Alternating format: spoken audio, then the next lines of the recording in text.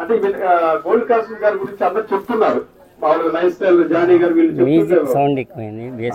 మంచి సందేశం ఇస్తుంటారు. దేవుని యొక్క సందేశాన్ని బాగా తెలుగులో మంచిగా చెప్తారు అని చెప్తుంటే, బైబిల్, భగవద్గీత, ఖురాన్ గ్రంథాలు చెప్తారంటే నాకు ఒక మనసులో ఆశ కలిగింది. ఒకసారి చూద్దాం అసలు ఎక్కడైనా ఎప్పుడైనా ఈ మధ్యలోకి వచ్చినప్పుడు చెప్పండి జానీ గారు అంటే, ఒకరోజు మా ఊరి దగ్గర కొంచెం మరలపాడు అని చెప్పి ఆ మరలపాడు వచ్చారు సార్.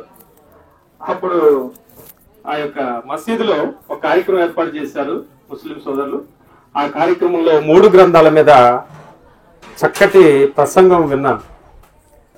ఆ రోజు ఆ విన్న తర్వాత అప్పటి నుంచి కూడా ఇక కాసిం గారిని మర్చిపోలేదన్నమాట. దేవుడు అలాంటి బంధం కలిపేశాడు మాకు. మా యొక్క చర్చిలో కాసిం గారిని తీసుకెళ్లి సందేశం చెప్పించాను. చాలాసార్లు మా యొక్క మదిర మా చర్చికి వచ్చారు, దేవుని యొక్క సందేశాన్ని చాలా సార్లు చెప్పారు. మా సంఘస్థులందరూ కూడా గోల్డ్ కాసిం గారు అంటే వెంటనే వాళ్ళు సంతోషంగా, గోల్డ్ కాసిం గారు వస్తున్నారు అమ్మాయిలంటే ఎంతో సంతోషంగా వస్తారు అందరూ కూడా. దేవుడు అలాంటి అభిమానాన్ని ఆ యొక్క ఏదైతే వారు చెప్తున్నారో ఆ సత్యం ద్వారా బలపరిచి మమ్మల్ని అందరినీ కూడా ఒక కుటుంబంలాగా ఈరోజు ఈ విధంగా మేము ఉన్నామంటే ఇదంతా కూడా దేవుడిచ్చిన గొప్ప భాగ్యం. దేవుడికి స్తోత్రం, అల్హమ్దులిల్లా. మరి ఇప్పుడు ఈ యొక్క కార్యక్రమంలో నెక్స్ట్ మీరే చెప్పారు. ఓకే, కాబట్టి ఇప్పుడే మనం అనుకున్నాం మరి అలాంటి యొక్క ప్రసంగాన్ని దేవుడు వారి నోట, కాసిం గారి నోట ఇప్పుడు మనకి వినిపించబోతున్నాడు. సరే, మనకి ఎన్నో పనులు ఉంటాయి, ఎన్నో కార్యక్రమాలు ఉంటాం, కానీ ఈ సమయానికి దేవుడు ఇక్కడ మనల్ని నిలిపాడంటే ఇది ఒక అదృష్టం. మరి ఈ యొక్క ప్రతిఫలాన్ని మనం పోగొట్టుకోకూడదు అంటే జాగ్రత్తగా ఆ మాటలు విని, ఏముందిలేండి ఎప్పుడు దేవుడు దేవుడు అంటుంటారు, సైతాన్ అనిపిస్తుంటుందట. ఎందుకురా దేవుడు అంట, ఏముంది దేవుడి గురించి తెలియంది ఏముంది? దేవుడి గురించి ఈరోజు తెలిస్తే మానవులందరూ ఐక్యంగా ఉండాలి. ఒకసారి మీరు ఆలోచన చేయండి. ఈరోజు దేవుడి గురించి అందరికీ తెలిస్తే అందరూ దేవుడు ఒక్కడే అంటారు, బాగా చెప్తారు ఆ మాట. కానీ నిజంగా ఆ ఒక్కడైన దేవుణ్ణి అందరూ కనిపెడుతున్నారా, తెలుసుకుంటున్నారా, పరిశీలన చేస్తున్నారంటే ఈ విషయాల్లో తెలుసుకోవట్లేదండి. ఈ విషయాల్లో చాలా ఇది దౌర్భాగ్యం అండి. చాలా ఈ యొక్క విషయం కోసం మనం దుఃఖపడాలండి, ఈ విషయం కోసం.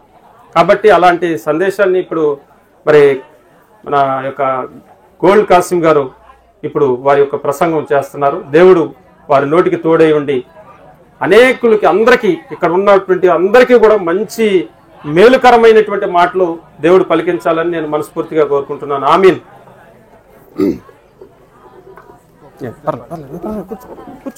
అస్సలాము అలైకుం వరహ్మతుల్లాహి వబరకాతుహు. మనందరినీ సృష్టించిన ఆ దైవం యొక్క ప్రేమ, దయ మనందరిపై ఎల్లప్పుడూ కురియను గాక. అది అర్థం అస్సలాము అలైకుం అంటే. బిస్మిల్లాహిర్ రహ్మానిర్ రహీం. వల్ అస్ర్ ఇన్నల్ ఇన్సాన లఫీ ఖుస్ర్ ఇల్లల్లదీన ఆమను వఅమిలుస్ సాలిహాతి వతవాసౌ బిల్ హక్కి వతవాసౌ బిస్ సబ్ర్. స్టేజ్ని అలంకరించిన పెద్దలు జానీ గారు కానీ, మదర్ నుంచి వచ్చిన మన పాస్టర్ రవికుమార్ గారు కానీ, దశరథ్ గారు కానీ, సింగర్ మరి మంచి గాయకుడు అనీఫ్ గారు కానీ, నాతోటి ఉన్న సోదరిమల్లు, నా కుటుంబ సభ్యులు, అలాగే మైక్ ద్వారా వింటున్న అందరికీ కూడా దైవం యొక్క అనుగ్రహాన్ని ప్రసాదించమని కోరుకుంటూ, కాలము సాక్షిగా కొద్దిగా దయచేసి భోజనాలు చేసే వాళ్ళు చేయండి, నిశ్శబ్దం పాటించండి. ఒక 15 నిమిషాలు దయచేసి. అమ్మా వినండి, మీరు కూడా వినండి. కొంచెం 15 నిమిషాలు దువా కార్యక్రమం, దువా చేద్దాం. మనం రోజు మాట్లాడుకునే మాటలే. ఈ దువా వల్ల మన జీవితాల్లో కొద్దిగా వెలుగు వస్తుందేమో ఇన్షాల్లా. కాలము సాక్షిగా మానవుడు పెద్ద నష్టానికి గురై అన్నాడు. మానవుడు అంటే ఎవరు? సాయిబులా, హిందువులా, క్రైస్తవులా, భారతీయుల, విదేశీయుల? మానవుడు అంటే ఎవరు? మానవుడు నష్టానికి గురై ఉన్నాడని దైవం చెప్తున్నాడు. ఎందుకు నష్టానికి గురై ఉన్నాడట తెలుసుకోవాలా వద్దా? కాలము సాక్షి, కాలాన్ని సాక్షిగా పెట్టాడు. కాలం ఏంటి? అంటే మనం పుట్టిన కాడ నుంచి ఇప్పుడు మా మైబత్ ఉంది, మా మేనత్త గారు పుట్టింది మొన్నటి వరకు 9 రోజుల క్రితం వరకు మన మధ్యనే ఉంది, ఇప్పుడు చనిపోయింది. ఆమె కాలం దేవుడు అంతవరకు ఫిక్స్ చేశాడు, అయిపోయింది. ఆమెకి ఇంకా మళ్ళీ జీవించడానికి భూమి మీద ఇంకెవరైనా కాలం ఇలేస్తారా, టైం ఇలేస్తారా, ఆయుష్ ఇలేస్తారా? ఆమెకైనా మనకి కూడా అంతేనా? మన మరణం వచ్చేదాకే మనం ఇక్కడ బతుకుంటాం, అవునా కదా? మరణం వచ్చేదాకా ఇక్కడ ఎవరైనా బతుకుంటాం. మరణంలోపు అసలు ఈ జీవితం ఎవరిచ్చారు, ఎందుకు ఇచ్చారు అనేది తెలుసుకోపోతే వ్యర్థ జన్ములు అంటున్నాడు. అర్థమవుతుందా? ఎవరు ఈ జీవితం ఇచ్చారు, ఎందుకు ఇచ్చారు తెలుసుకుంటే కారణ జన్ములు. ఎలా ఉండాలి మనం ఇప్పుడు? వ్యర్థ జన్మల్లాగా ఉండాలా, కారణ జన్మల్లాగా ఉండాలా? కారణ జన్మల్లాగా ఉండాలి. ఒకసారి చెప్పండి. ముందుగా మనం అందరం మనుషులం, అవునా కదా? అందరం కలిసిమెలిసి ఉండాలి, హిందువులైనా క్రైస్తవులైనా ముస్లింలైనా. ముందు మనం మనుషులం. కాలానుగుణంగా దైవం గ్రంథాలు ఇచ్చాడు. ఫస్ట్ వేదాలు ఉపనిషత్తులు ఇచ్చాడు. వేదాలు ఋగ్వేదం, యజుర్వేదం, సామవేదం, అధర్వణ వేదం, వేదాలు 4, ఉపనిషత్తులు ఇచ్చాడు. తర్వాత భగవద్గీత. ఈ సందేశం ఇచ్చిన తర్వాత ఆ యొక్క సోదరులు ఆ గ్రంథాలకే దాన్ని పరిమితం చేసి, పండితులకి పరిమితం చేసి, సామాన్య ప్రజానికానికి ఆ సందేశం అందకుండా దాన్ని వ్యాపారం చేసేసారు కొంతమంది. ఆ తర్వాత మరి ఏం చేశాడు దైవం? మళ్ళీ బైబిల్ ఇచ్చాడు, పరిశుద్ధ బైబిల్. పరిశుద్ధ బైబిల్ ఇచ్చి ఇది సందేశం ప్రజలకు అందజేయండి అని అంటే, దాన్ని కూడా మళ్ళీ పండితులు కొంతమంది ఏం చేశారు? దశమ భాగాల పేరుతో కొంతమంది ఉన్నారండి మంచోళ్ళు, కానీ ఎక్కువ శాతం ఇవాళ దశమ భాగాల పేరుతో వ్యాపారమై కూర్చుంది. ఎక్కువ శాతం దైవం ఏం చేశాడు? ఇప్పుడు వాళ్ళకు కూడా అలాగా మరి దాంట్లో సత్యం ఉంది, అంతకుముందు దాంట్లో సత్యం ఉంది. చివరి దైవ గ్రంథాన్ని ఇస్తూ చివరిది అంటం జరిగింది దివ్య ఖురాన్. ఇది సమస్త మానవాళికి, అన్ని సమస్త మానవాళికి అని చెప్తూ ఏం చెప్తున్నాడంటే, పూర్వ గ్రంథాలని నమ్మాలి, దైవం తరపు నుంచి వచ్చాయని కండిషన్ చెప్తున్నాడు. ప్రవక్తలందరినీ నమ్మాలి. ఇది ముందుగా ఒక విశ్వాసిగా, అంటే దేవుణ్ణి నమ్మిన వాడిగా, ముస్లిం అంటే విధేయుడు, దైవ విధేయుడుగా, ఒక భక్తుడిగా ఫస్ట్ దైవం పెట్టిన కండిషన్స్. నా గ్రంథం గొప్ప అంటే తప్పది, నా ధర్మం గొప్పది, నేను చెప్పేది గొప్పది అంటే తప్పు. అన్ని గ్రంథాల సారాంశం ఒకటే. వేసవికాలం ఉంది, శీతాకాలం ఉంది, వర్షాకాలం ఉంది. 3 కాలాలు అందరికీ సమానమే. అలాగే 3 గ్రంథాల్లో ఉన్న బోధ మానవాళికి సమానంగా ఇచ్చాడు. దైవం అన్యాయం చేసేవాడు కాదు. పేర్లు మార్పు, ఆయనకున్న పేర్లన్నీ ఉత్తమమైన, ఏ పేరుతో పిలిచినా బతుకుతా ఉంటున్నాడు. ఒక్క పేరే కండిషన్, ఇదే పిలవాలని చెప్పి ఎక్కడ కూడా చెప్పలేదు. అది ఎందుకు ఇచ్చాడు? ఆ యొక్క భాషాపరమైనటువంటి యూనిఫామ్ అందరికి అర్థం కావడం కోసమే. హెబ్రీలో అయితేనేమో యెహోవా అన్నారు, అదే ఇంగ్లీష్ లో అయితే గాడ్ అన్నారు, వేదాలోపనిషత్తులు అయితే సర్వేశ్వరుడు అన్నారు, అక్షర బ్రహ్మ అన్నారు. అదే చివరి దైవ గ్రంథం వచ్చిన భాష అరబీ భాష, ఆ భాషలో అల్లా అన్నారు. అల్లా అన్నంత మాత్రం సాయిబుల్ దేవుడు కాదు. ఈ విషయం క్లియర్ అయింది అనుకుంటున్నాను. ఇప్పుడు ఆ కాలం ఏంటి, ఆ నష్టం ఏంటి అనేది తెలుసుకుందాం. మనం బాగా తప్ప హృదయంతో ఈ కార్యక్రమాన్ని కొనసాగిస్తున్నాం. ఎందుకంటే సంతోషకరమైన విషయం కాదు. మొన్నటి వరకు మన మధ్య ఉన్నటువంటి మైబూబీ గారు, మా మేనత్త గారు మరి చనిపోయి, అంటే మన మధ్య నుంచి వెళ్ళిపోయారు. ఆమె ముందు మన వెనక ఇక్కడ ఎవరైనా శాశ్వతంగా ఉండేవాళ్ళం లేవు. ఉండేవాళ్ళం ఉన్నాం, ఎవరైనా ఉండేవాళ్ళం లేవు. ఈ విషయాన్ని గుర్తించాలా వద్దా? అంతకుముందు మా మాయ గారు, సైదుల్ గారు చనిపోయారు. ఇక మా కుటుంబంలో ఇదంతా పుల్లిసాబు కుటుంబం శాఖ ఎంత ఉంది అంటే ఒక దగ్గర 100కి విస్తరించినట్టుంది. మేమే ఒక 60 బియ్యానికి సరిపోతాం. మరి ఒక పుల్లి సాబు, ఒక హుసేన్ బి, వాళ్ళ కుటుంబం ఎంత ఉంటే మరి ప్రతి ఒక్కరికి ఉంటుంది కదా ఇలాంటి కుటుంబం. మరి ఎవరు తీసుకొచ్చారు ఇలాగ మన్ని? మళ్ళీ ఎందుకు తీసుకుపోతున్నారు? మరణం అంటే ఏంటి? ఆ ఒక్క అంశం తెలుసుకున్నాం. ఇంకేమొద్దు, ఎక్కువసేపు నేను మాట్లాడను. మరణం అంటే ఏంటి? మరణం అంటే దైవం దగ్గరికి వెళ్ళటం. ఒక్క మాటలో చెప్పాలంటే మరణం అంటే ఏంటి చెప్పండి ఒకసారి. చెప్పండి ఒకసారి, మరణం అంటే ఏంటి? ఇది భగవద్గీతలో కూడా చెప్తాడు. దైవాసుర సంపద్ విభాగ యోగంలో గాని, విశ్వరూప సందర్శన యోగంలో గాని చెప్తాడు, మీకు కంటికి కానొచ్చేదే లోకం అనుకుంటున్నారు, కంటికి కానొచ్చేదే జీవితం అనుకుంటున్నారు. కానీ పుట్టక ముందు జీవితం ఉందా లేదా? దాన్ని నేను అగోచరం చేశాను. విశ్వరూప సందర్శన యోగంలో అది చెప్తాను. అగోచరం అంటే కంటికి కానరాకుండా చేశాను, ఇప్పుడు మళ్ళీ పుట్టించిన తర్వాత కంటికి కానొచ్చేలా చేశాను, మళ్ళీ మరణం తర్వాత కంటికి కానరాకుండా చేసిన ఒక పరదా వేశాను అంటాడు. ఖురాన్లో చెప్పిన, భగవద్గీతలో చెప్పిన ఒక పరదా వేశాను. కానొచ్చేదే లోకం అని మీరు భ్రమించి దైవాన్ని మర్చిపోయి ఇక్కడే మురిసిపోయి మీ జీవితం గడిపితే అది నష్టం. అంతకు మించిన అజ్ఞానం ఇంకోటి లేదు. ఇప్పుడు ఎవరైనా ఒక ఆయన వచ్చి అంటాడు, నాకు దేవుని చూపిస్తే నమ్ముతా, నువ్వేందా నీ ప్రసంగం చూపి అని అంటాడు. చిన్న ఎగ్జాంపుల్ చెప్తున్నాను. ఒక ఇత్తనాన్ని చేతిలోకి తీసుకున్నాం. ఒక ఇత్తనాన్ని చేతిలోకి తీసుకుంటే ఈ ఇత్తనం భూమిలో నాటిన తర్వాత కాలానుగుణంగా అది మొక్క అవుతుంది. 4 రోజులకైతే, 5 రోజులకైతే, 10 రోజులకైతే దాని యొక్క స్థితిగతులను బట్టి అది అవుతుంది. తర్వాత అది వృక్షం అవుతుంది, మొక్క అవుతుంది. మొక్క మహావృక్షం అవుతుంది. మహావృక్షంలో నుంచి కొమ్మలు, ఆకులు, పూలు, పండ్లు, కాయలు, పండ్లు ఏం వస్తాయి రావా? కాలానుగుణంగా వస్తాయి. దాన్ని ఎవరైనా ఆపలేస్తారా? మొక్క అయిన తర్వాత, చెట్టు అయిన తర్వాత రాకుండా ఎవరైనా ఆపలేస్తారా? జీవితం కూడా అంతే. జీవితం కూడా అంతే. అర్థమవుతుందా? ఇప్పుడే నాకు విత్తనంలో నుంచి నాకు పూలు చూపి, నాకు పండ్లు చూపి, నాకు కొమ్మలు చూపి, నాకు ఆకులు చూపి అని ఎవరైనా చూపిలేస్తారా? జీవితం కూడా మనిషికి అగోచరం అనేది ఒకటి. భవిష్యత్తును ఊహించే ప్రాణి అని చెప్పి దైవం చెప్పాడు. భవిష్యత్తు మొన్న ఒక ఆయన అడిగాడు, ఒక ప్రశ్న అడిగాడు. ఏమడిగాడంటే, అయ్యా నీకుంది ఏదో చెప్తున్నాడు అనమాట. ఒక కుంటివాణ్ణి, ఒక గుడ్డివాణ్ణి, ఒక మోగవాణ్ణి, ఒక మంచోన్ని, మరి వాళ్ళని ఎందుకు కుంటోలను చేశాడు? వాళ్ళని ఎందుకు మోగోలను చేశాడు? వాళ్ళని ఎందుకు గుడ్డోలను చేశాడు దేవుడు? దేవుడికి ఏమన్నా మనుషులను తయారు చేసే పని సరిగా రాదా? లేకపోతే మందేసి అన్న, క్షమించాలి దేవుడు, ఆయన అడిగిన ప్రశ్న ఏమన్నా మందేసి ఇట్లా వంకర టెంకరగా చేస్తున్నాడా మనుషుల్ని అని ప్రశ్న అడిగాడు ఒక ఆయన సోషల్ మీడియాలో. చెప్పండి, ఎందుకు చేశాడు అలాగా? చెప్పండి ఒకసారి. ఈ ఒక్క విషయం అర్థమైతే జీవితం మొత్తం అర్థమైనట్టే, దేవుడు కూడా అర్థమైనట్టే.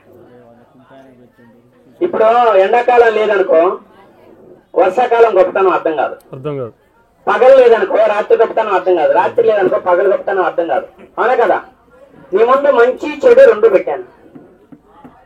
నీకు కళ్ళు లేని వ్యక్తిని చూసినప్పుడు అర్థమవుతుందా? కళ్ళు లేని వ్యక్తిని చూసినప్పుడు గుండె చల్లు అనాలి. అతనికి కళ్ళు ఇవ్వని వాడే నాకు కళ్ళు ఇచ్చాడు. ఎవరైనా ఎక్కడుంటాడు? ఆయన ఆకాశాల పైన ఉన్నాడు. నీ గుండెని అడిగి చెప్తే ఆ గుండెకి లాగేసిస్తాడు. నువ్వు మర్చిపోయినావు, బాగుంది, బండి కొన్నా, పెళ్ళయింది, ఇల్లు కట్టినా, ఒక 2 ఎకరాలు 3 ఎకరాలు పొలం కొన్నా, లక్షలు కూడబెడుతున్నావు, ఆ ఫ్యామిలీతో హ్యాపీగా ఉన్నా, నాకు ఎవరితో పని లేదు, నా మాటే వేదం, నేను కొండ మీద కోటిని దించుతా, కొద్దిగా సంపాదించేసరికి గర్వం ఎత్తికెక్కిద్ది మనిషికి. కొంతమందికి అందరు కాదు. అప్పుడు దేవుడు ఏం చేస్తాడంటే, నువ్వు బండి వేసుకొని పోతున్నావు, ఫ్యామిలీతో పోతున్నావు, ఆ మూల మీద ఆ తనిఖీల కాడనో వెంకటపాలెం కాడనో మూల మీద ఎదురుగా స్పీడ్ గా 100-120 మంచి స్పీడ్ మీద వస్తున్నారు కార్లో యువకులు. జస్ట్ అలా తగలబోయింది, గుండెలు జల్లు అన్నాయి. ఎలా కట్టింగ్ కొట్టావు, 2 కింద పడ్డారు. బండి అయితే కొద్దిగా తగిలింది కానీ 2కి దెబ్బలు తగలలేదు. గుండెలు మాత్రం జల్లు అన్నాయి, జల్లు అని. అప్పుడు దేవుడా అంటమా ఏమంటారు చెప్పండి సరే? ఎన్ని యాక్సిడెంట్లు ఇలాగా ఎన్ని తప్పిపోయినాయి మీకు? ఎంత గొప్పగా తెలుసా దైవం? నీకు ఆయుష్ అయిపోయేదాకా ప్రతి ఆపదని నేనే తప్పిస్తున్నాను. నువ్వు చేతికి వెళ్ళావు, స్పీడ్కి వెళ్ళావు, ఏదో పని మీద స్పీడ్కి వెళ్ళావు, ఆ గట్టి మీద మొత్తం గడ్డే ఉంది, అక్కడ కాలు పెట్టిన బుస్సు లేసేది పోయింది పాము. కొద్దిగా అయితే జల్లు అన్నది గుండె, కొద్దిగా అయితే అది అట్లా లేచి పడిగిప్పింది, జల్లు అన్నది నీ గుండె. ఎవరు గుర్తొస్తారు అప్పుడు నీకు? ఎవరు గుర్తొస్తారు? దేవుడు గుర్తుపోతారు. దైవం చెప్పమంటున్నాడు, ఆపద సమయం నేను తీసుకురాకపోతే నేను నీకు గుర్తురాను. నేను నీకు గుర్తురాను, నన్ను మర్చిపోయావు పూర్తిగా. నీ గుండెల నిండా నేనే ఉన్నా కానీ నువ్వు మర్చిపోయావు. ఆపద సమయం వచ్చినప్పుడు నువ్వు భూమి మీద పెట్టుకున్న అన్ని మర్చిపోయి ఆకాశం తట్టు చూసి దేవుడా, భగవంతుడా, పైవాడా అంటావే, నేనున్నాను అని నీకు గుర్తు చేస్తున్నాను. నువ్వు మరణం ద్వారా రావాల్సింది నా దగ్గరికి అని నేను గుర్తు చేస్తున్నాను. జాగ్రత్త అంటున్నాడు, జాగ్రత్త అంటున్నాడు. మనం ఏం చేస్తాం తెలుసా? మనిషి స్వభావం ఏంటో తెలుసా? ఆ ఆపద అయిపోయింది, బండికి ఏం కాల, ఏదో గింతంత డూమ్ గింతంత పగిలింది, ఆ బండికి ఏం కాల, వాళ్ళ ఆమెకి ఏం కాల, ఆయనకి ఏం కాల. ఎమ్మటే వేశారు, బండి దులుపుకున్నారు, ఆ కారు 2 తిట్లు ఇచ్చారు, ఎమ్మటే లేచి బండి ఎక్కారు. ఆ వెంకటపాలెం దాటకతలకి 5 నిమిషాలు ఆగతలకే దేవుడు అన్నమాట మర్చిపోయారు. దేవుడు అన్నమాట మర్చిపోయారు. ఈ మూల తిరగనే మర్చిపోతారు అంటున్నాడు. నువ్వు చెరువులో ఉన్నా, సముద్రంలో ఉన్నా, చచ్చిపోయేటప్పుడు మాత్రం నీకు దేవుడు గుర్తొస్తాడు. చావు నుంచి బయటపడగానే దేవుడిని మర్చిపోతావు. ఇది మనిషి బుద్ధి, ఇది మనిషి బుద్ధి అంటున్నాడు. కాబట్టి జీవితం ఆయన ఇచ్చాడు. మీరు నమ్మినా నమ్మకున్న అందరినీ ప్రేమ పూర్తిగా, నాకు నిజంగా కోమట్లగూడెం అంటే నాకు చాలా ఇష్టం, చాలా ప్రేమ. దైవాన్ని తెలుసుకుందాం. ఆయనే సర్వేశ్వరుడు, ఆయనే యెహోవా, ఆయనే అల్లా, భాషలే మార్పు, ఆయనే గాడు. ఆయన ఇచ్చిన జీవితం ఇది. మరణం ద్వారా దైవాన్ని కలుసుకోవాలి. ఈ యొక్క అంశం 2 మాటలు నేను వివరించి నేను ముగిస్తాను. అద్భుతం అంటే సృష్టి. మీకు మహిమలు కావాలి కదా, ఏదో శక్తి, ఆడొక శక్తి ఉంది, ఏడొక శక్తి ఉంది, ఆడిగిపోతే కలిసి వస్తుంది, ఎడకపోతే కలిసి వస్తుంది, ఇలా ఆలోచించే వాళ్ళందరికీ పగలు ఒక మహిమ అంటున్నాడు. ఏంటండి? పగలు మహిమ, రాత్రి ఒక మహిమ, పగలు రాత్రి రావటం ఒక గొప్ప మహిమ. అర్థమవుతుందా? భూమి ఒక మహిమ, భూమి ఒక మహిమ అంటున్నాడు. ఒక బంతిని తీసుకొచ్చి అడుగుని ఎవరైనా దాని మీద ఏమైనా నిలబెట్టలేస్తారా? చూసాను, చెప్తున్నాను నేను, చూసాను. ఇప్పుడు మనకి పగలైంది కదా, అమెరికా వాటికి రాత్రి, తెలుసా? అంటే భూమి అడుగు బాగానే ఉన్నారు వాళ్ళు. మరి జారి కింద పట్టలేదు, బంతి అడుగు బాగానే ఏమైనా నిలబెట్టలేస్తారా? బంతి అడుగు బాగానే ఎవరైనా, ఎంత పెద్ద సైంటిస్ట్ అయినా, బంతి అడుగు బాగానా, ఎంత పెద్ద కోటీశ్వరుడైనా, ఎంత పెద్ద తెలివిగలడైనా, ఐన్స్టీన్ చెప్పాడు దెర్ ఈస్ సమ్ పవర్ అన్నాడు, దేవుడు లేడని చెప్పలేదు. దెర్ ఈస్ సమ్ పవర్ అన్నాడు. దేవుడి యొక్క శక్తితో ఈ సృష్టి నడుస్తుంది. ఈ సృష్టిలో ఉన్న ప్రతిదీ మానవుడికి దాసోహం. ఈ సూర్యుడు నీకు దాసోహం, ఈ చంద్రుడు నీకు దాసోహం, ఈ భూమి నీకు దాసోహం. భూమిని కాళ్ళ కింద పడేసినాడే నీ దేవుడు. సూర్యుడి కిరణాలు నీ కాళ్ళ మీద పడేసినాడే, నీ కాళ్ళ కింద పడ్డాయిలేదా? ఉదయించేటప్పుడు ఇప్పుడు ఎండ కట్టరండి, కిరణాలు మీ కాళ్ళ కింద పడతాయా లేవా? వర్షపు నీరు నీ కాళ్ళ కింద పడేసేవాడే నీ దైవం. పంచభూతాలని మానవుడికి వశం చేశాడు, బంధాలు ఇచ్చాడు. బంధాలు అవునా కదా, పుట్టబట్టే కదా, పుట్టినాక అమ్మా నాన్న, ఆ తర్వాత అక్క చెల్లి, అన్న తమ్ముడు, ఇరుగు పొరుగు బంధాలన్నీ వచ్చాయి. బంధాలు ఇచ్చింది ఆయనే. మరణం ద్వారా బంధాలని పుట్టుకుని తెంపుకొని దైవ బంధం దగ్గరికి వెళ్లాల్సింది కూడా నిర్ణయమే, ఖరారే. ఇక్కడ ఊరే శాశ్వతంగా ఉండిపోరు. నా భార్య ఉంది, నా భార్య అంటే చాలా ప్రేమ నాకు, నేను ఒక 100 సంవత్సరాలు 200 సంవత్సరాలు నా భార్యతోనే ఉంటా. ఎవరైనా ఉండేస్తారా? నాకు తల్లి అంటే ఇష్టం, నేను నా తల్లితోనే ఉంటా 100 సంవత్సరాలు 500 సంవత్సరాలు 1000 సంవత్సరాలు. ఏమన్నా అవకాశం ఉందా? నా కొడుకు అంటే నేను ముద్దు పెట్టుకుంటున్నా, నా కొడుకు నా కొడుకు లేని బతకలేను, నా కొడుకుని చూడకుండా నేను ఉండలేను, నా బిడ్డను చూడకుండా ఉండలేను. ఏంటి? ఆ బిడ్డని చూసుకుంటూ ఒక 100 సంవత్సరాలు ఏడుంటావా? 200 సంవత్సరాలు ఉంటావా? ఈ బంధాలు ఇచ్చిందెవరు? దేవుడు. పుట్టుకతో బంధాలు ఇచ్చాడు, మరణం ద్వారా పుట్టుకునన్నీ తెగిపోతున్నాయి. ఈ లోకమే శాశ్వతం కాదు, దీనికి ఒక టైం ఫిక్స్ చేశాడు. ఈ లోకంలో మనం అసలే శాశ్వతం కాదు. 2 జీవితాలు ఉన్నాయి ఇక్కడ.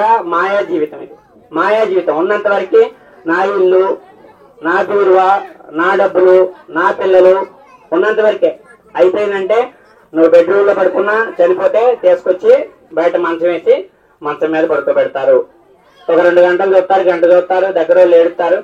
ఇంకేంట్రా ఫోన్లు చేయండి. దూరం ఉన్న వాళ్ళు ఎట్టొస్తారు? హైదరాబాద్ లో ఉన్నారు, ఏడో కడపలో ఉన్నారు, ఏడో ఇంకేడా దూరం చుట్టాలందరికీ ఫోన్ చేయండి. వాళ్ళు వచ్చేసరికి చాలా టైం పట్టింది.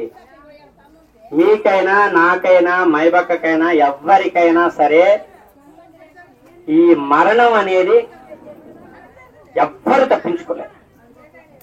కానీ మనం ఏమనుకుంటున్నాం అంటే మరణం అంటే ప్రాణం గాలిలో కలిసిపోవటం, శరీరం మట్టిలో కలిసిపోవటం అనుకుంటున్నాం. అది ఎంత మాత్రం కాదు. ఇంత పెద్ద లోకం మానవుడికి వశం చేసిన దైవాన్ని తెలుసుకోవటమే మానవ జీవిత పరమార్థం. నీ జ్ఞానంతో, నీకు ఇవ్వబడిన జ్ఞానంతో సంపాదించుకో, ఎన్నైనా సంపాదించుకో, కానీ అది నీ అమ్మటి రాదని గుర్తుంచుకో.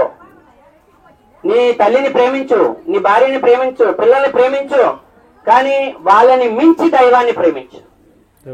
వాళ్ళని మించి దైవాన్ని ప్రేమించు. ఎందుకంటే వీళ్ళందరినీ వదిలిపెట్టి రేపు దేవుడి దగ్గరికి వెళ్ళాలి మరణం ద్వారా. ఇది నిజం. నిజం అనేది చేదుగా ఉంటుంది, అబద్ధం అనేది తీయగా ఉంటుంది. మా మాటలు మీకు ఎక్కినాయి అంటే, మా మాటలు ఈ దైవం మాటలు, ఈ మాటలు మీకు అర్థమయ్యాయంటే మంచి పనులు చేయండి. భర్త హక్కుని కాపాడండి, భార్యని మంచిగా ప్రేమగా చూసుకోండి, తల్లిదండ్రులకి సేవ చేసుకోండి, ఇరుగు పొరుగు వారికి వీలైనంత ఇందాక మన జానీ గారు చెప్పినట్టు శక్తి మేరకి సహాయం చేయండి. శక్తిని మించొద్దు, శక్తి మేరకి సహాయ సహకారాలు అందించండి. నేనున్నాను అనే భరోసా ఇవ్వండి. ద్రోహం చేయకండి ఎవరికి. మీకు మీరు ద్రోహం చేసుకోకండి, ఇరుగు పొరుగు వారికి ద్రోహం చేయకండి. మీ మీద నమ్మకం పెట్టారంటే ఆ నమ్మకాన్ని నిలబెట్టండి. అప్పుడు దైవం మీకు ఎనలేని సాఫల్యాన్ని, సిరి సంపదల్ని మీకు ఇస్తాడు. పంచభూతాలని మీ కాళ్ళకాడేశాడు, సిరి సంపదలు కూడా మీ కాళ్ళ కింద వేస్తాడు. దీనికి చాలా ఉదాహరణలు ఉన్నాయి. పూర్వకాలం జరిగిన యథార్థ సంఘటనలు ఉన్నాయి. అవన్నీ మీకు చెప్పగలుగుతాను నేను, కానీ సమయం అంత లేదు మనకి. అర్థమవుతుందా? నిన్ను పసిగుడ్డుగా తీసుకొచ్చాడు. ఎవరైనా దేవుణ్ణి మర్చిపోయి, రెండు మాటలు చెప్పిన, ఎవరైనా దేవుణ్ణి మర్చిపోయి వాళ్ళు సంపాదించిన సంపాదన చూసి గర్వానికి లోనయ్యి దేవుడు లేడని అక్కడ గొడవ పెడుతున్నారు, ఇంకేదన్నా అయింది అంటే వాళ్ళు నోటుకొచ్చిన మాట్లాడుతున్నారంటే దైవం అంటున్నాడు వాళ్ళకి ఒక్క విషయం గుర్తు చేయండి. ఒక్క విషయం గుర్తు చేయండి. ఏంటంటే వాళ్ళు ఎందుకు అలా గర్వానికి లోనయ్యారు? వాళ్ళు బలవంతులనా? వాళ్ళకి బలం ఉందనా? వాళ్ళకి ధనం ఉందనా? వాళ్ళకి బలగం ఉందనా? వాళ్ళకి తెలివి ఉందనా? వాళ్ళు ఎందుకు గర్వానికి లోనయ్యారు అంటే ఒకే ఒక కారణం చెప్తున్నాడు దైవం. నీ బలం 20 సంవత్సరాలు ఉన్నాయి అనుకో, 30 ఉన్నాయి, 40 ఉన్నాయి. 40 సంవత్సరాల ముందు 39 సంవత్సరాలప్పుడు నువ్వు ఎంత ఉన్నావు? బలవంతుడివా? పుట్టిన శిశువు అందరూ తల్లి కడుపులో నుంచి రావాల్సిందే. పుట్టగానే చేతులకు సరిపోతాడు. ఎంత ఉంటాడు? అక్క? చేతులకు సరిపోతాడు. నీ తల్లి నిన్నెత్తుకోదు, నీ తండ్రి నిన్నెత్తుకోదు. ఆ మంత్రసానో, ఆ నర్సో, లేకుంటే అమ్మమ్మో నాయనమ్మో ఎత్తుకుంటారు ఫస్ట్ నిన్ను. కాళ్ళు ఇట్లా పైకి లేపి చేతులు తలకాయ కింద పెట్టి ముడ్డు మీద పెట్టి 2 పీకులు పీకుతారు. 2 పీకులు పీకుతారు ముడ్డు మీద పెట్టి. ఎందుకంటే సోయి రావాలంట. నేను చూశాను కాబట్టి చెప్తున్నాను. ఎవరైనా అలా రావాల్సిందే. సోయి రావాలంట. సోయి రావాలి, కీమని ఆడవాలి. ఎవరైనా ఎంత పెద్ద కోటీశ్వరుడైనా, ఎంత పెద్ద యుగ పురుషుడైనా, ఎంత పెద్ద మేధావైనా, అంబానీ అయినా, అదానీ అయినా, నరేంద్ర మోడీ అయినా, లేకుంటే కాశీ అయినా, లేకుంటే పేదోడైనా, నిరుపేదైనా, ఎవరైనా ఇలా పుట్టాల్సిందే. అర్థమవుతుందా? ఇలాగ చేతులకు సరిపోయాడు, కాలు పైకన్నారు, తలకాయ కింద పెట్టారు, ముడ్డు మీద పెట్టి 2 పీకులు పీకారు. పుట్టంగానే కేవలం ఏడ్చాడు. బలహీనుడివి. కాలానుగుణంగా ఒక చెట్టుని మహావృక్షం చేసి దాని ద్వారా పండ్లు ఫలాలను ఎలా ఇస్తున్నానో నిన్ను పెద్దవాడిని చేసి నీకు తెలివి, జ్ఞానం, సంపద, బలం ఇచ్చాను. ఇదంతా నా తరపు నుంచి వచ్చిందని గ్రహించితే నువ్వు కారణ జన్ముడివి. నా కష్టపడి సంపాదించుకున్నా నేను అని చెప్పి విర్రవీగితే, గర్వపడితే వ్యర్థ జన్ముడివి. ఇదే జీవితం. ఇవన్నీ వదిలేసి వెళ్ళాలి. ఇవన్నీ వదిలేసి వెళ్ళాలి. నీ బలగాన్ని వదిలేసి, నీ బలాన్ని వదిలేసి. ఇప్పుడు మా మైవక్కు ఉంది, మా బాబాయ్ అన్నాడు. మొన్ననే మా బాబాయ్ చనిపోయి కూడా 3 నెలలు 4 నెలలు అవుతుంది. ఎంత ముచ్చిపోయింది మా బాబాయ్. నిజంగా వాళ్ళందరికీ స్వర్గ ఫలాల్ని, స్వర్గ అర్హతని అనుగ్రహించమని ఆ దైవంతో నేను దువా చేస్తున్నాను, వేడుకున్నాను. మా బాబాయ్ ఎన్నిసార్లు గడ్డం పట్టుకొని బతిలాడి చెప్పాను నేను, ఇట్లా చేయి, భుజం వేసి. నాకు నా వాళ్ళు ఎవరన్నా నాకు చచ్చంత ప్రేమ. నాకు నా ఊరన్నా ప్రేమే, నా వాళ్ళన్నా ప్రేమే. నా తరపు నుంచి నేను ఎవరిని బాధ పెట్టను. అది ఇరుగు పొరుగు అయినా, ఫ్రెండ్స్ అయినా. మీద చేసి, మా బాబాయ్ అంటే నాకు చాలా ఇష్టం. మీద చేసి, బాబాయ్ దేవుణ్ణి నమ్ము ఒక్కడిగా. అగో నమాజ్ పోతారంటే స్టార్టింగ్ లో కొంచెం అర్థం కాక వేరే రాలేదు, కానీ లాస్ట్ దశల్లో వచ్చాడు దైవం. నాకు ఆ అదృష్టాన్ని, మా నాన్నగారు చనిపోయినప్పుడు కదా ఆయన నెత్తి మీద అన్ని మసీదులు ఏదైనా ఇస్తమా పెడితే ఖమ్మం నుంచి ఎవరన్నా మౌల్ సాబులు వాళ్ళు వస్తే అన్నం కూర అన్ని నెత్తిన పెట్టుకొని వచ్చేవాడు మా బాబా. మసీదు కాడికి నడుచుకుంటూ వచ్చేవాడు. వాళ్ళని చూసి లాస్ట్ లో ఆయన రాంగ వాళ్ళ మాటలు, వీళ్ళ మాటలు ఏంగా ఒక రాయి తగిలిద్దన్నట్టు ఎవరెవరో చెప్పంగా ఆయనకి అర్థమైపోయింది. లాస్ట్ లో దేవుడు అక్కడే నేను నమ్మాడు. శుక్రవారం నాడు ఫస్ట్ గేటు తాళం తీసేదే మా బాబా లాస్ట్ దశల్లో. అలాగా ఎప్పుడు లేరు. ఇలా మా బాబా ఏమన్నా తీసుకుపోయిందా? మా నాన్నగారు ఏమైనా తీసుకుపోయిందా? ఎంత ఉంది, నీకు ఎంత ఉందిరా, నీకెందుకు కోండ్లు అంతా అన్నోలే, నీకెందురా పిజ్జావు, నీకు ఎంత ఉంది. ఇవాళ నన్ను అంటారు, మా బాబాయ్ అన్నారు, మా మైబక్కను కూడా అన్నారు. ఇదంతా మాయ జీవితం. దయచేసి నమ్మండి. మేము ఇక్కడ కులాలు చెప్పట్లేదు, మతాలు చెప్పట్లేదు. మాదేదో మేము మీ దగ్గర నుంచి డబ్బులు దండుకోవడానికి చెప్పట్లేదు. ఫ్రీ ఇది.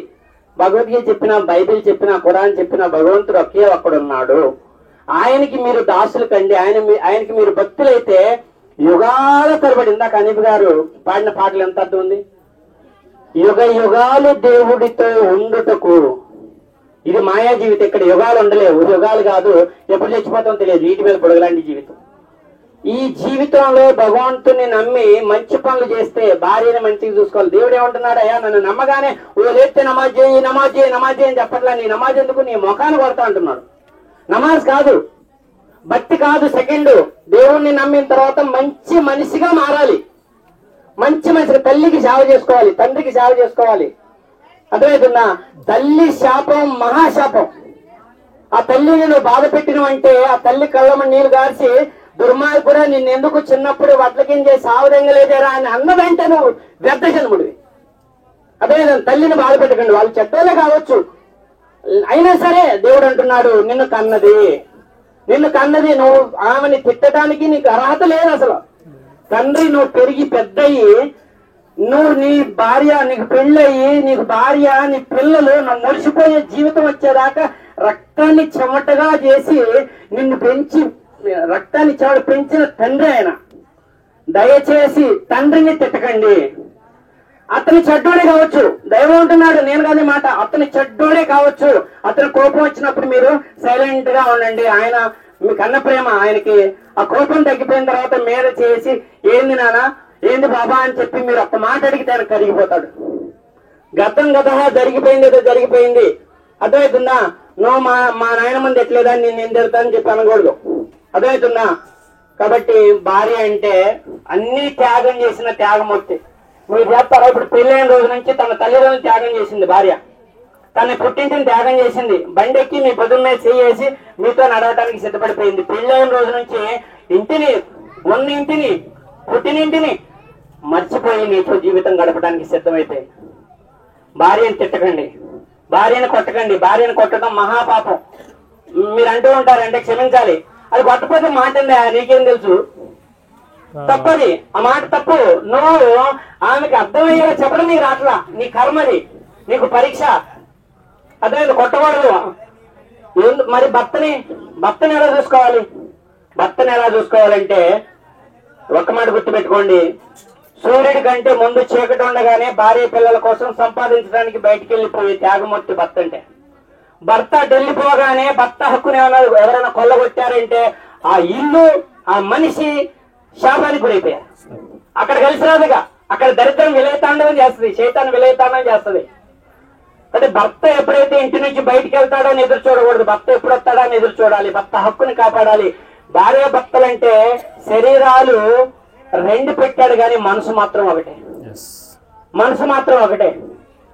దైవాన్ని నమ్మిన తర్వాత ఇలాగా ఎవరి హక్కులు, ఎవరి బాధ్యతలు, బంధాలు బాగుండేటట్టు చూసుకుంటే అప్పుడు నీ భక్తి దానికి పుణ్యాలు ఇస్తా అంటున్నాడు. అప్పుడు నీ భక్తి ఫలిస్తుంది, అప్పుడు నీ నమాజ్ ఫలిస్తుంది. అంతేగాని నువ్వు ఎంత పెద్ద భక్తి చేసినా, నువ్వు 40 రోజులు చేయి, 4 సంవత్సరాలు చేయి, 40 సంవత్సరాలు చేయి, తల్లిని తిట్టినవంటే నీ పుణ్యాలని పోయినట్టే, తండ్రిని తిట్టినవంటే నీ పుణ్యాలని పోయినట్టే. నువ్వు మంచోడుగా చెడ్డోడుగా భార్య ఒక శాపం పెట్టిందంటే నీ పుణ్యాలని పోయినట్టే. నువ్వు ఎలాంటోడు చెప్పాలనే స్టేట్మెంట్ సర్టిఫికేట్ ఎవరు ఇవ్వాలంటే భార్య ఇవ్వాలట. భర్త ఎలాంటోడు అని అంటే కొడుకు ఎలాంటోడు అని తల్లి నడకూడదు. ఎన్ని పాపాలు చేసినా, ఎంత చెడ్డోడైనా నా కొడుకు బంగారం మయ్యే నా కొడుకు బంగారం అంటది. ఆ కన్న ప్రేమ. కాబట్టి ఇక్కడ మనం గమనించాల్సిన విషయం ఏంటంటే మంచి మనిషిగా మారాలి. దైవాన్ని నమ్మిన తర్వాత మంచి మనిషిగా మారాలి. దీనికి ఒక చిన్న ఉదాహరణ ఇచ్చి నేను ముగిస్తాను. శరీరాన్ని రోజు శుభ్రం చేసుకుంటున్నాం స్నానం ద్వారా. ఒక 3 రోజులు 4 రోజులు బాగా ఎండ పనికి పోయొచ్చి ఆ మిరపదాటానికో లేకుంటే ఇంకేదో ఎండ పనికి కరువు పనికి పోయొచ్చి స్నానం చేయట్లేదు. 3 రోజులైంది, 4 రోజులైంది, స్నానం చేయట్లేదు. ఎవరైనా పక్కన నిలబడతారా? 4 రోజులు 5 రోజులైంది, నిలబడతారా? చెప్పండి ఒకసారి. నిలబడతారా? నిలబడరు. ఏమైంది నిలబడితే? చెమట ఏ వాసన వస్తాయి? చెడు సువాసన వస్తుందా? చెమట వాసన వస్తుంది. ఎందుకు? ఒళ్ళు కొడుక్కోలేదు. ఒళ్ళు 4 రోజులు కొడుక్కోపోతేనే స్నానం ద్వారా చెమట వాసన వస్తుంది. నీ హృదయాన్ని కొడుక్కోవాలి. దాంట్లో ఉన్న కుళ్ళుని తీసేయాలి, దాంట్లో ఉన్న కుతంత్రాన్ని తీసేయాలి, దాంట్లో ఉన్న ఈర్ష్య తీసేయాలి, దాంట్లో ఉన్న అసూయ తీసేయాలి, దాంట్లో ఉన్న వారవలేనితనం. ఎవరైనా బాగుపడుతుంటే కొనుక్కుందా నెక్లెస్? కొనుక్కుందా? ఆమె నేను అనుకుంటూనే ఉన్నా. కుళ్ళుతనం ఉండకూడదు, వారవలేనితనం ఉండకూడదు. వాళ్ళు బండి కొనుక్కున్నా, వాళ్ళు ఇల్లు కట్టుకున్నా, వాళ్ళ బంగారం కొనుక్కున్నా ఇంకా ఎదగాలని దీవించండి మంచి మనసుతో. ఏడిసే వాళ్ళు వెనక్కిపోతారు, గుర్తుపెట్టుకోండి. ఒకరి మీద ఎప్పుడు ఏడవకూడదు. ఏడిసోడు ఎప్పుడు వెనక్కే పోతాడు. వాళ్ళని ఆశీర్వదించండి. ఇంకా ఇది ఎందుకంటే వాళ్ళు బండి కొన్నారు, నువ్వు ఖమ్మం పోవాలి, అర్జెంట్గా నీకు ఏ ఆటో రాలేదు, ఆ రోడ్డు మీద నిలబడ్డావు. వాళ్ళ బండి అప్పుడు నీకు అవసరం కావచ్చేమో, ఆయన కూడా వాళ్ళు కూడా ఖమ్మమే పోతున్నారేమో. ఇట్లా ఆలోచించాలి. వాళ్ళు డబ్బు సంపాదించారు, నీకేదో ఆపద వచ్చింది, నీ కొడుకు ఖమ్మంలో హాస్పిటల్లో ఉన్నాడు, ఒక 20,000 30,000 సాయం చేస్తారు కదా. వాళ్ళు బాగుండాలని కోరుకోండి, ఇరుగు పొరుగు బాగుండాలని కోరుకోండి. అందరం బాగుండాలి. కోమట్లో కూడా అంతా బాగుండాలి. ఐశ్వర్యంతో, జ్ఞానంతో, ఐశ్వర్యాలతో, ఆయుర ఆరోగ్యాలతో ఉండేలా అనుగ్రహించమని ఆ దైవంతో వేడుకుంటున్నాను. అలాగే ఈ కార్యక్రమానికి ఎంతమంది అయితే హాజరయ్యారో వారి ఇళ్లలో సుఖశాంతులు, మనశ్శాంతి, ఆయుర ఆరోగ్యాలను అనుగ్రహించమని మీ బంధుమిత్రులకి, ఈ ఊరు నుంచి మరియు మీ ఆడపడుచులకి వారి ఇళ్లలో సుఖశాంతులు, మనశ్శాంతి, ఆయుర ఆరోగ్యాలను అనుగ్రహించమని ఆ దైవంతో వేడుకుంటున్నాను, దువా చేస్తున్నాను. ఇది ధర్మం, దైవ ధర్మం ఇది. ఇస్లాం అంటే ఏమంటే మీకు మైండ్ లోకి వచ్చేస్తుంది, ఏమో లేస్తే వీళ్ళు మతం ఇదేంద్ర ఏల గొడవేంద్ర అని మీకు రావచ్చు మైండ్ లోకి. దయచేసి అది డిలీట్ చేయండి. ఇస్లాం అనేది అరబీ వర్డ్. దైవ ధర్మం ఇది. దైవ ధర్మాన్ని, దేవుణ్ణి నమ్మిన తర్వాత మంచి పనులు చేసిన వాళ్ళ కర్మలే స్వీకరించబడతాయి, వాటికి పుణ్యాలు ఇవ్వబడతాయి. ఎవరైతే దైవాన్ని నమ్మి ఎంత పెద్ద పుణ్యకార్యాలు, మంచి ఏమి చేయకుండా, మంచివాడిగా మారకుండా ఎంత పెద్ద పుణ్యకార్యాలు చేసినా వాళ్ళ జీవితం వ్యర్థమే. ఇంత మంచి మాటలు చెప్పుకునే అదృష్టాన్ని, అనుగ్రహాన్ని ప్రసాదించినందుకు మా మైబక్క ఆమె ఆత్మకి శాంతి చేకూర్చమని. సరే, గత మేము చెప్పేవారికి చెప్పినాం. లాస్ట్ లో ఆమె కూడా ఆమె నోటితోనే పలికిన మాటలు నన్నా అల్లా గొప్పోడు. ఆమె ఎన్నోసార్లు అన్నది, మా ఇంట్లో అమ్మతోని తోడుగా పడుకోవడానికి వచ్చేది అంతకుముందు.